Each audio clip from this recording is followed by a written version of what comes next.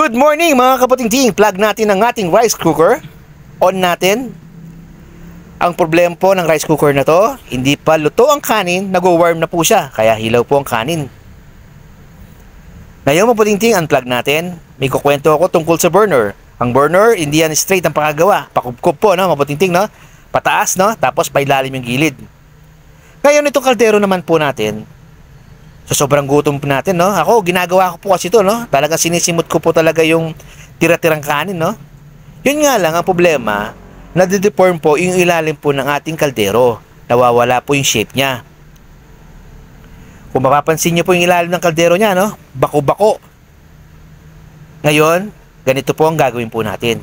Lalagay natin sa rice cooker ang ating kaldero at pukpukin po natin yung gilid para lumapat po ng maayos sa ating burner.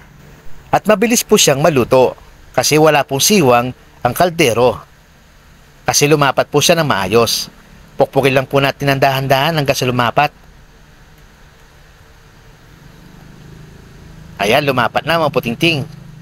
Pansinin nyo, no, mga puting-ting, no? Wala na yung bako-bako niya. At saka yung gitna, pataas na siya. Ayan, maganda na po yung lapat. Makakaluto na po kayo ng maayos sa inyong rice cooker. Okay mga kaputing-ting, salamat po sa panonood po ninyo. God bless po sa ating lahat.